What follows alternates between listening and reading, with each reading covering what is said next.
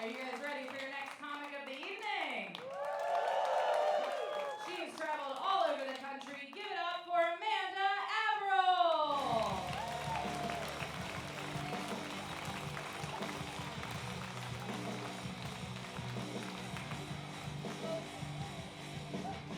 All right, Pittsburgh Improv, keep it going for Georgia Warner, everybody. And your headliner, James Corbin, he's the best lady here too. Amazing. All right, I'm going to get the basics out of the way. I am a queer, childless, millennial, emo kid Disney adult. Yeah.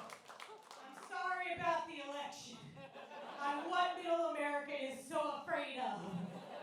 Just me and my Mr. Toad's Wild Ride t-shirt. So let's get some of this out of the way, okay? Yeah, I'm queer. I'm a queer person. I identify as bisexual because we weren't allowed to have pansexual when I was a kid. That's just not how it worked. I'm 40 years old. It was gay, straight, bi. That's it. That's all we had. We didn't have anything else. But I'm very lucky that I got to have that growing up because before that, it was just experimenting in college and liked Madonna too much. Right? And then even before that, it was just, oh, that weird lady just isn't married. That's it. I'm also single. Anybody else single? Couple people. All right, cool. All right, turning my airdrop on for numbers. There we go. Bring it on. No, I date mostly men because even as a queer person, my biggest flaw is that I love dick. I'm working on it in therapy. I can't date women because they're scary, and also I disappoint 3 women on a daily basis: my mom, my sister, and my grandma. Like they're all disappointed. 4 if you include my 6-year-old niece, which is good. So I can't afford to disappoint a 5th woman. That's too many. That's 1 for each finger on my hands. I can't do that. But I will say that dating is a hellscape that no one should partake in, right? Anybody on dating apps? Oh, I heard that. Oh my God. That sounds about right, actually. That sounds very accurate. No, dating apps are terrible. Like, I met a dude on a dating app, and then we were going out, and he ghosted me 6 months ago. But then he magically resurrected from the dead, much like Jesus himself, and sent me the text message the other day, "Sup, big dog?"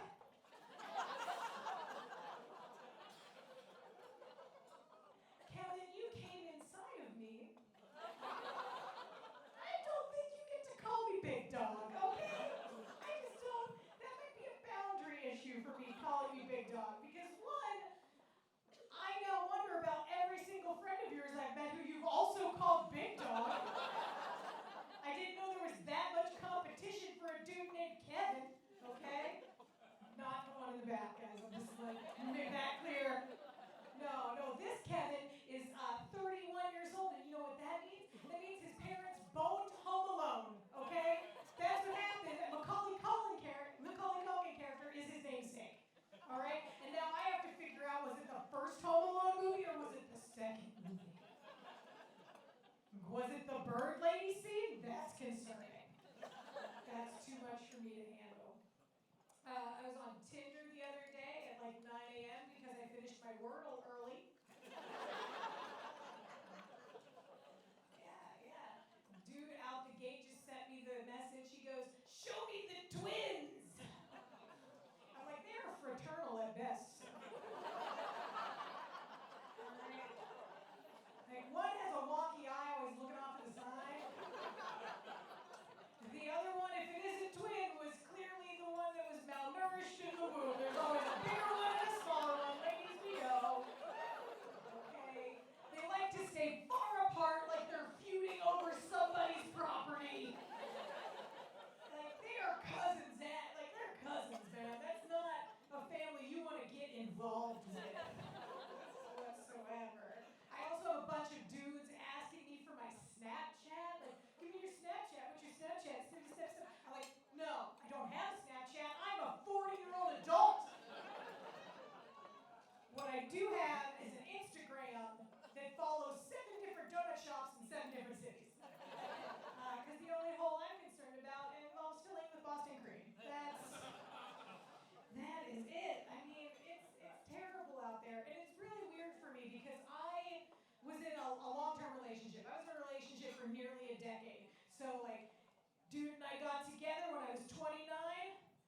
broke up at like 39, okay? Like, this is not, all the prime years are gone. All right? I am just a shriveled, decrepit corpse at this point, and as far as dating is concerned. Last time I dated, I was in my 20s. In my 20s, okay? Now, I am 40 years old. Why does the room get silent when I say it every time? All right? I understand I have a medical condition. It's called age androgyny. All right? I can look anywhere between 25 and 65, depending on the lighting in the room. All right? It's the face of a Cabbage Patch Kid, body of a bag of sauerkraut. Just Polish and fermenting from the head down. Enjoy the sausage from time to time.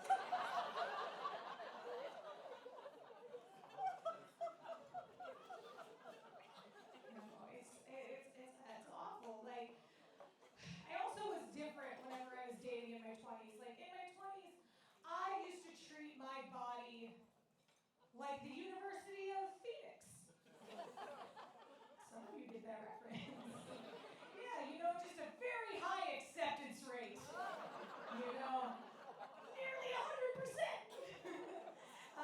Very low quality candidates, just, you know, bottom of the barrel, scraping by. Do you have a GED? Probably not.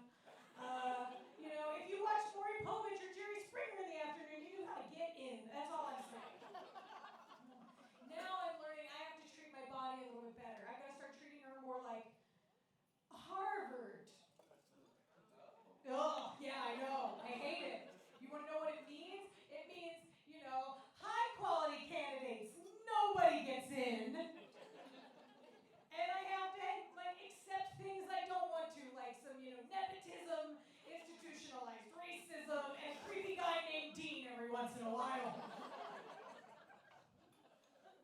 It's not a good time. It's not good at all. I don't know. Like, I will say this, though. There are some benefits to, like, dating apps, right? Like, whenever I was, I am a Disney adult, okay? I am the what happens when you wish.com upon a star. I am not a Disney princess. I'm the anthropomorphic toaster at best, okay? That's just reality, all right? But I did go on Tinder while I was in Orlando. And if I can impart you with anything today, there will be two things I will impart you with. One, folks, go on Instagram and find DILFs of Disneyland. You'll be happy. Two, I don't care if you're in a relationship, a polycule, a molecule, I don't care if you're unpartnered, pansexual, I don't give a shit, okay? Download Tinder when you're in Orlando, Florida, because you're going to get a story.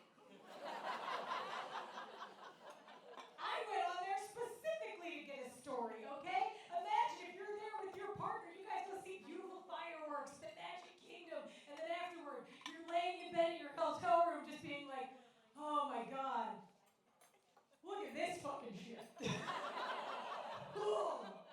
Like, I wanted to find a story while I was down there. I wanted to find, you know, a man who had an interesting backstory. Like, he ate his entire family while he was high on bath salts.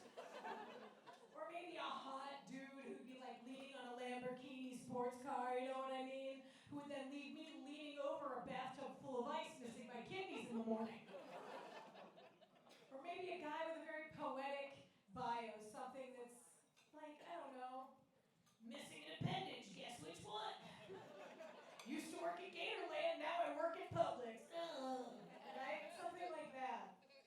I will say this, I did find someone while I was down there. It was interesting. I did find someone on Tinder. And I will say this, folks, if you're wanting to find a man, firstly, God bless. Secondly, you're going to want to get yourself a man who just has a scotch, just a little bit, just a touch of autism. Okay, just a little bit of autism. Okay, just a little bit, just a little boop on the snoot, just boop, that's it, boop.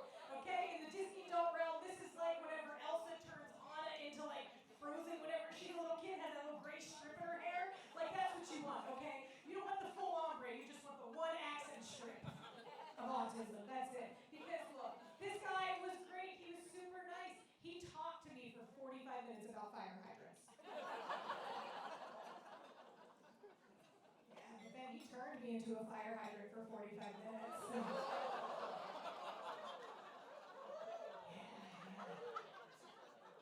Yeah, this is what happened though. It's kind of my fault a little bit, because we were talking. He asked me what my record number of orgasms was, and I told him the number, and he looks at me dead in my eyes and goes, "Oh, good, you gave me a number."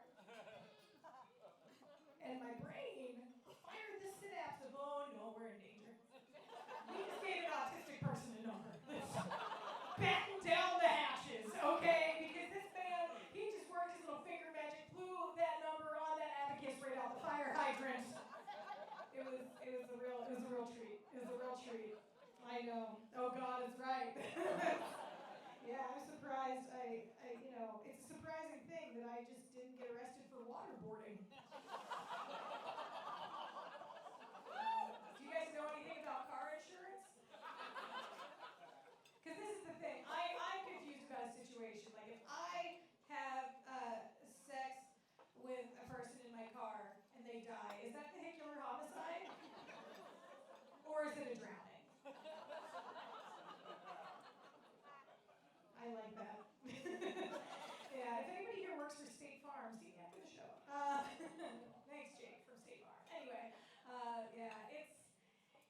man, the dating thing's weird. The other thing about dating that's weird is that I talk about dating all the time into a microphone, and I record every little bit of information in my day on my phone. We have these little spies in our pocket, and now I get the world's worst suggestions for podcasts known to man.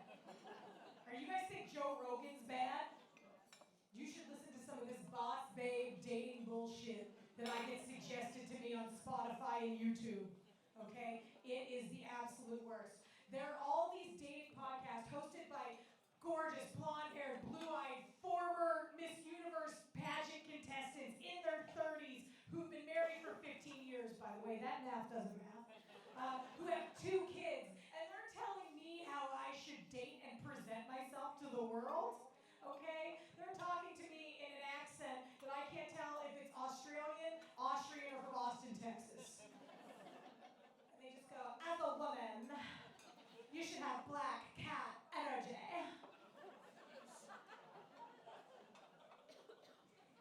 I am Garfield at best, ma'am. At best, I am Garfield, okay? You want to know why? I'm always pissed when it's Monday. All right? And I have definitely accidentally shipped things to Abu Dhabi just because I don't know how the mail works anymore. And I will polish off a whole pan of lasagna by myself. But it is a Stouffer's vegetable lasagna because I'm healthy. Then they tell me what type of man I should be looking for. They go, "As a woman, you should want a man with golden retriever energy." What part of anything I said makes you think that I can handle a purebred anything? Okay? All right? What am I trying to do? With the Westminster Dog Show? I don't want something good looking. I want a mutt. Okay? Give me something that is like part pug, part pit bull, something that breathes funny and can't chase me. All right? Give me something that is mixed with like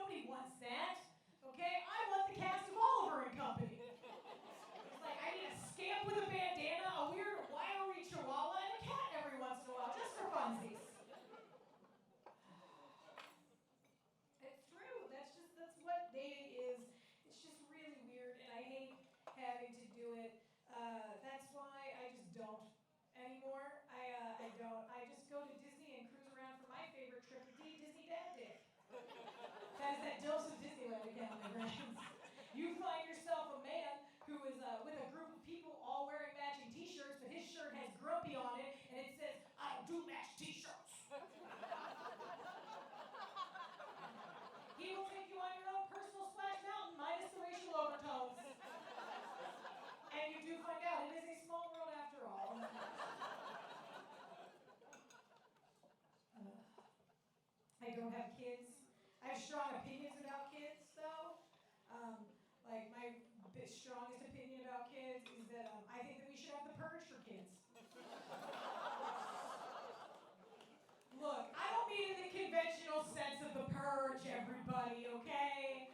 Kids run from violence every day in school. They're getting too good at hiding in closets now.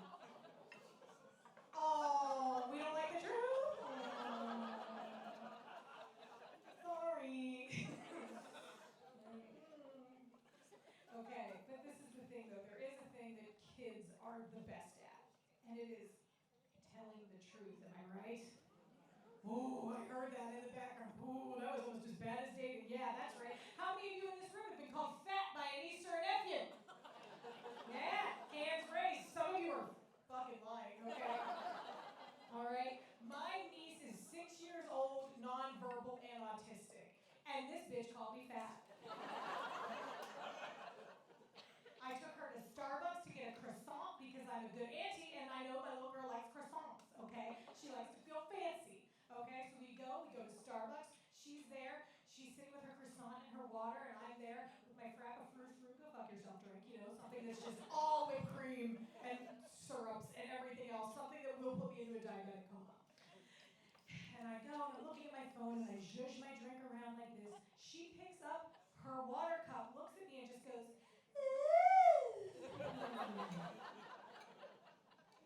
I look her dead in her eyes, and I go, ma'am, you don't get to make fun of me until we use our words. Then she pulled out her iPad, put on the talker device app, and hit the buttons, and Amanda, F-A-T. So just one day a year where we tell kids the stone cold, hard honest truth about everything and see who survives. All right, get in their face and just be like, Santa's not real. Your dog's not on a farm. Technically, you're not our first kid.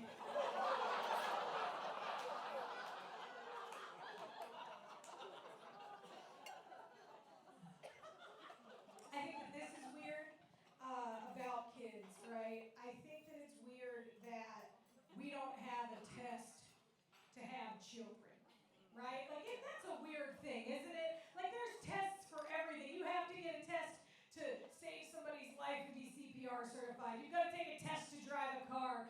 I mean, you can't even rent a car until you're 25, and they're trying to make people have babies at all kinds of ages way fucking younger than that, right? Like, it's not good. It's not good. And I think that there should be one test to have children, and that is going to the Orlando airport.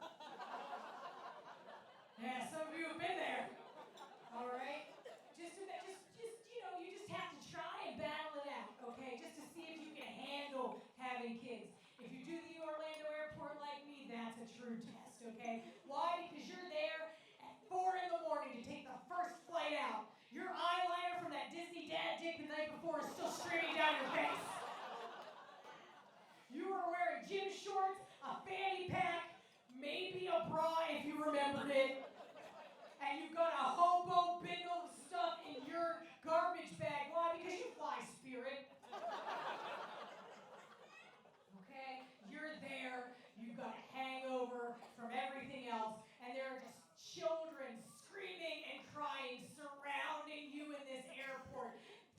They've been on a 2-week bender with no nap time, all the sugar they can handle. Starbucks isn't open for their cake pop sticks, and they're looking for that 4-fingered mouse. You get in line, you're wearing your face mask while you're in line, and there's a woman behind you who's pushing a double jogging stroller, has 17 children with her, not just her own children, but her children, her kids, her sister's kids, her neighbor's kids, everybody's fucking kids that she knows. She's organized this entire trip for everyone. She hasn't run a mile in 17 years, but this jogging stroller is the only thing in her life that she can run right now. And she keeps flat tiring you every 3 goddamn feet as you're going through the longest line you will see in the city of Orlando, okay? There's no fast pass for this. No TSA pre-check, no clear, none of that shit. You were just in the cattle things going back and forth and back and forth and back and forth and back and forth and back and forth. And you've got this mask on. You eventually make your way up to the gate agent. Why do you still have a mask on? You don't want to breathe whatever's in the air in Florida. You pull down the mask, you put it back up. You pull down the mask, you put it back up. You pull it down, you pull it back up. Okay, cool. Now you're past the gate agent. What is the one thing that we've all been trained to do since September 11th, 2001, as soon as we get through security? Take off our shoes, right? Yeah, but guess what? In the Orlando airport, you kick off those shoes, probably Old Navy flip-flops if you're me. And now you are standing on 30-year-old carpeting. Because the Orlando airport is carpeted. And you are still in an even longer line. Okay? You're walking back and forth and back and forth and back and forth, and whatever is in that carpet is osmosising through the soles of your feet, and that's just how Florida Man was created. The woman behind you with the jogging stroller is now trying to take off the shoes of all 17 children that she has with her. Okay? And she's just tying them together like she's going to throw them over top of a telephone line. Okay? That's what she's doing. She's making her own personal lay out of it. All right? That is what is happening. And they're screaming and crying and screaming and crying and screaming and crying and screaming and crying. And then you eventually make your way up to that x-ray machine. Put your hands over your head like this. And then you just hear these children screaming and crying and screaming and crying. And you're wondering how your uterus hasn't fallen out from the set bike shorts and made a beeline to TGI Fridays for a $15 margarita with an IUD as a starter and Plan B as a rim. That's the Orlando airport. I'm Amanda Averell. Keep up for your